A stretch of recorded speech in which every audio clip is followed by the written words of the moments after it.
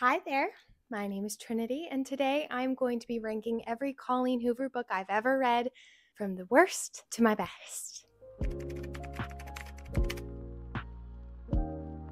To start off, I'm just going to quickly say these are my opinions. They don't have to affect you. If your favorite Colleen Hoover book is at the bottom of my list, that's completely fine. It was not for me, and it was definitely for you. I don't want to yuck your yum, as they say. The way this video is going to work is I'm going to be going from my worst to my best. I'm going to describe when the book was published, when I actually ended up reading it, and a little bit of a synopsis of the plot, and then overall what I rated it, would I still rate it that now, and why I placed the book where I placed it. So now that you kind of know how I'm going about my Colleen Hoover rating system, let's get into today's video. Alright, so all in all, I have 16 Colleen Hoover books that I'm going to be talking about today. So I've been reading Colleen Hoover for quite a bit. I've read all her books that have come out unless I hated them and they had a sequel and I did not read the sequel. Speaking of which, let's talk about the bottom, the very bottom of the pit, the Colleen Hoover book that I like. We'll get to it. Coming in at number 16 is Hopeless, and I'm going to explain to you some real quick things. This book was published in 2012. I actually tried to read this book in 2022, as last year I kind of made it my goal to finish all of Colleen Hoover's books. There is a sequel, Losing Hope. Did I read it? No. Let's explain why. This book for me actually doesn't have a rating because I only read 80 pages of this book. Now, let me tell you, when I was 16 and when I first started reading Colleen Hoover, I would have loved this book. I would have eaten that up. The toxic masculinity, him following her around, all possessive, I would have eaten that. But as a 22-year-old woman, it's not me. It's creepy. I'm getting ahead of myself. So I DNF'd this book at 80 pages. For me, I couldn't do it.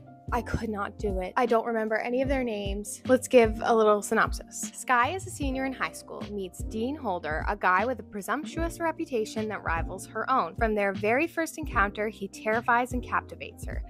Let me just say, this book is a 0 star. I only got 80 pages in, and I have never DNF'd a book in my life, and I had to. I had to. I could not do it to my own mental health. They met when they were running, and he just starts following her around, and then she faints because she doesn't eat enough, and then he, from there on, treats her like a possession. And they're 80 pages in, and she's already like, like the Demi Ryan hair tuck. That's what this was. This book is obviously the rock bottom of my list. I would put it even lower if I could. Anyway, so that's number 16 is Hopeless. Coming in at number 15, I have Slammed. I believe this is Colleen Hoover's first ever novel, also published in 2012, and I tried to read this in 2021. Let me preface this, and this is probably why I hated this book. I had COVID. When I read this book, I had COVID, and I was like, you know what? I'm going to sit here and I'm going to read this entire book in a day because I have the time. I rated this book a 2 stars. Falling in love can feel like poetry, or it can feel like a slam to the heart. Following the unexpected death of her father, 18-year-old Lakin becomes the rock for both her mother and her younger brother. She appears resilient and tenacious, but inside, she's losing hope. Then she meets her new neighbor, Will, a handsome 21-year-old whose mere presence leaves her flustered. Lakin and Will start getting this connection. He ends up being a teacher at her school, but he's only 21.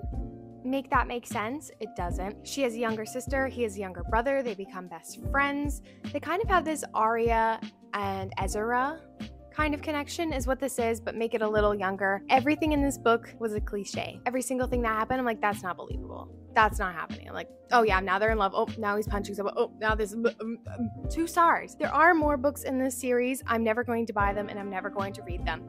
This one was trash. So let me just say, I think trying to read Colleen Hoover's older books before her newer, after I've read like some of her newer ones, awful. I should have just read them when I was 16 and I think I would have loved them. But as a 21-year-old, when I read this, I hated it.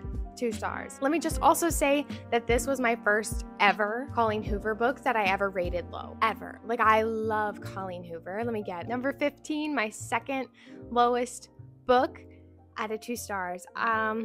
Now we've gotten to the point where I don't actually hate any of these books. However, some of them just have to be placed a lot lower than the other ones.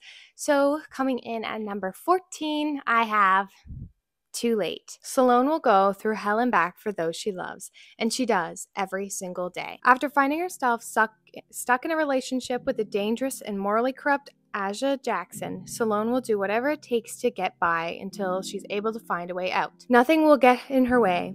Nothing except Carter. This book was published in 2016 and I read it in 2020. Not the best time to read this book, I think. Everyone's mental state was down the drain and so was mine. And this book, I originally rated this book a 4 stars, but upon thinking about it, I'm gonna put it down to 3. Only because, let me just say, this book is a lot. Trigger warnings up the wazoo about anything and everything you could ever possibly think of. Check them. No one warned me about this. It's so much. I remember I was reading this on Christmas break and I had to physically stop reading this book because it was messing with my mental health so badly. Like I could not think of reading it. And that was at the time where I didn't DNF books. I think at the time I probably should have DNF'd this book and gone along with my life and read something a lot more pleasant. This book is so massively effed up. I do want to say I definitely feel very traumatized by this book. And it may have also been like my mental state that I was in, but like this book, really check it out. I think this is the first book she ever tried to kind of take a darker twist. This was before Verity, and Verity obviously we know is amazing, but this was like her first kind of delve into like the darker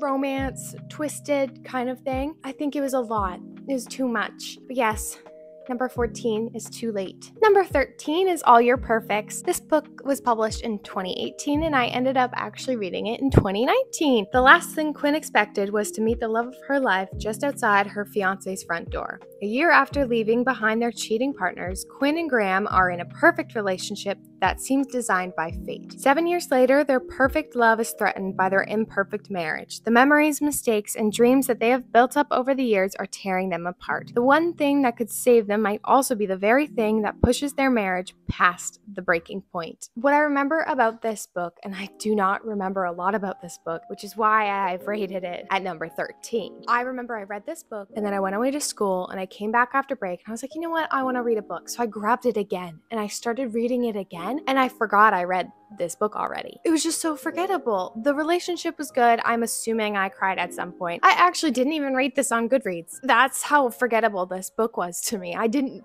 remember it at all, which is why it's at 13. Now for me personally, this is where I feel like we're gonna get into some controversial territory.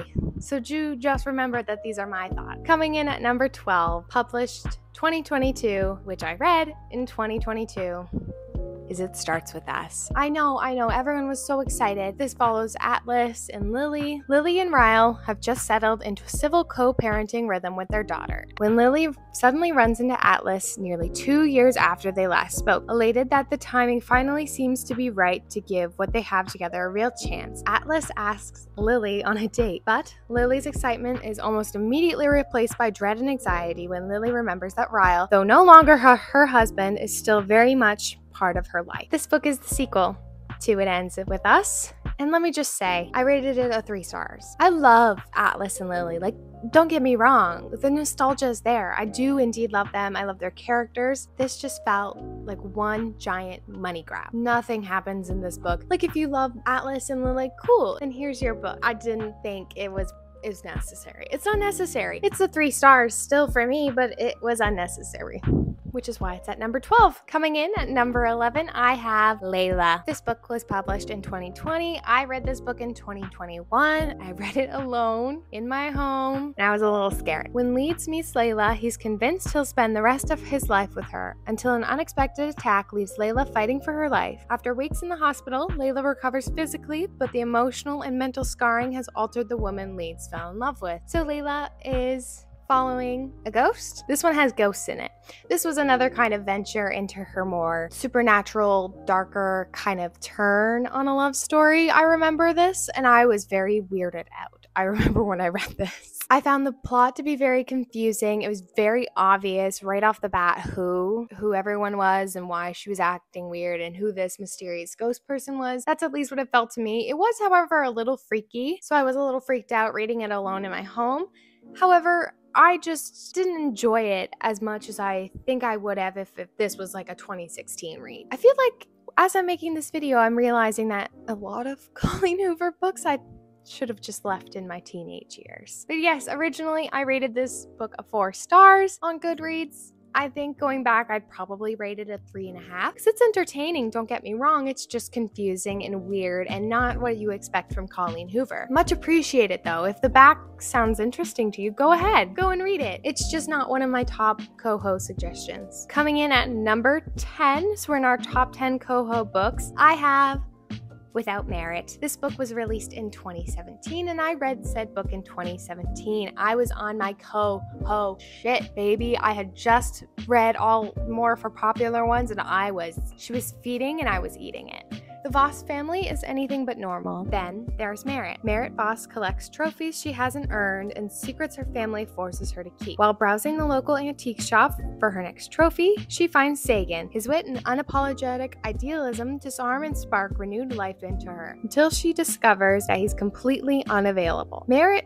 retreats deeper into herself, watching her family from the sidelines when she learns a secret that no trophy in the world can fix. Fed up with the lies, Merit decides to shatter the happy family illusion that she's never been a part of before leaving them behind for good. When her escape plan fails, Merit is forced to deal with the staggering consequences of telling the truth and losing the one boy she loves. Going into this video, I did not remember it. I remembered one thing about this book, and let me just tell you, trigger warning, and I'm not going to tell you what it is because it's a spoiler. You could have probably seen my face drop when we were reading it, because I rated this book a 4 out of stars actually on Goodreads, and I think I'll keep it at a 4 stars. I don't remember a whole lot about this book, but then again, I read it when I was 17, so obviously I'm probably not. I think if I reread this book, it would still stay at a 4 stars. I've really enjoyed Merit. Not a lot happens plot-wise. This is more of a character study, and it's very family messed up oriented kind of thing. So number 10 is Without Merit.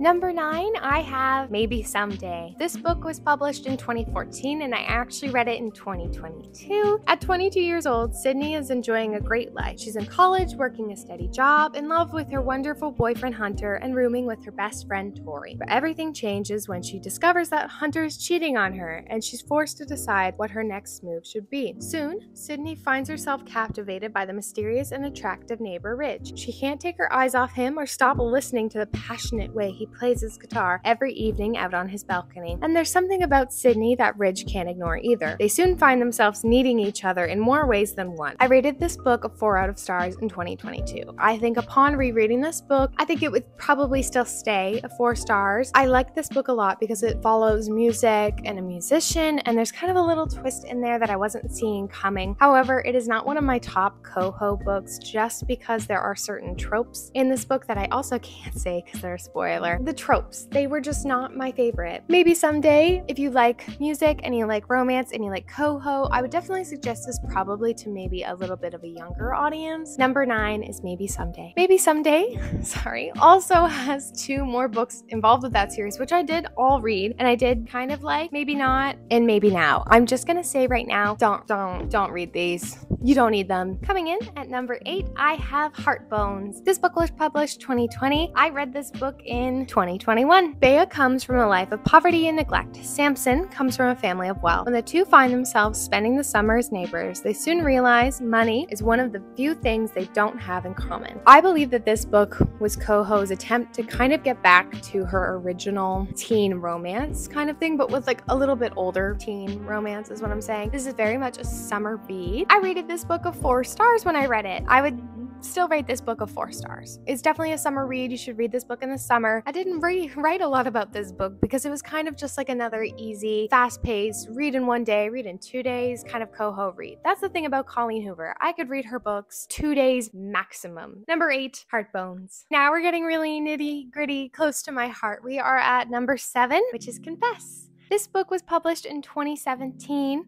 This was actually, believe it or not, the first ever Colleen Hoover book I ever read, ever. And this was the book that sucked me in. I rated this book a 4 stars when I read it in 2016. Auburn Reed has lost everything important to her. In her fight to rebuild her shattered life, she has her goals in sight and there's no room for mistakes. But when she walks into a Dallas art studio in search of a job, she doesn't expect to find a deep attraction to the enigmatic artist who works there, Owen Gentry. I don't remember too much. I think there's about 2 things I remember. I read this when I was 16, so obviously. As you can see, I hope you can see, I got this book at Giant Tiger. I think this is rated number 7 for nostalgia reasons, because it was my first Coho book, another book that kind of definitely got me more into romance. I would suggest this. I would suggest it for a younger audience. I remember there's art. I remember being shooketh by the plot twist. There's some art. A very cool concept for a book. A really original romance, I would say. Rated number 7.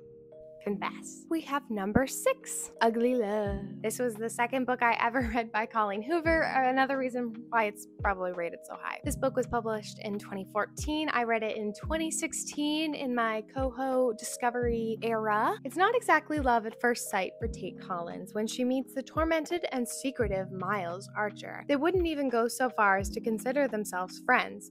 The only thing Tate and Miles have in common is a mutual physical attraction that can't be denied. This book is not PG. It does get very steamy. I think that's why I rated it higher than Confess. The only memory I have a few memories, like the reason for the cover. I know why the cover looks like this. But the only other memory I have about this book is reading it on a camping trip when I was 16-year-old. And this was the first ever smutty book I had ever read at 16 on a camping trip. My whole family was near and I was like, what is happening? I've never read anything like this. I rated Ugly Love a 4 stars, and as it is today, I'm gonna probably keep it at a 4 stars. I don't think I'm ever gonna reread it, but as my first venture into smut, she's still a 4 stars. Number 6, Ugly Love. We are into my top 5 Coho books ever. Take your guesses now. What do we think my top 5 Coho books are?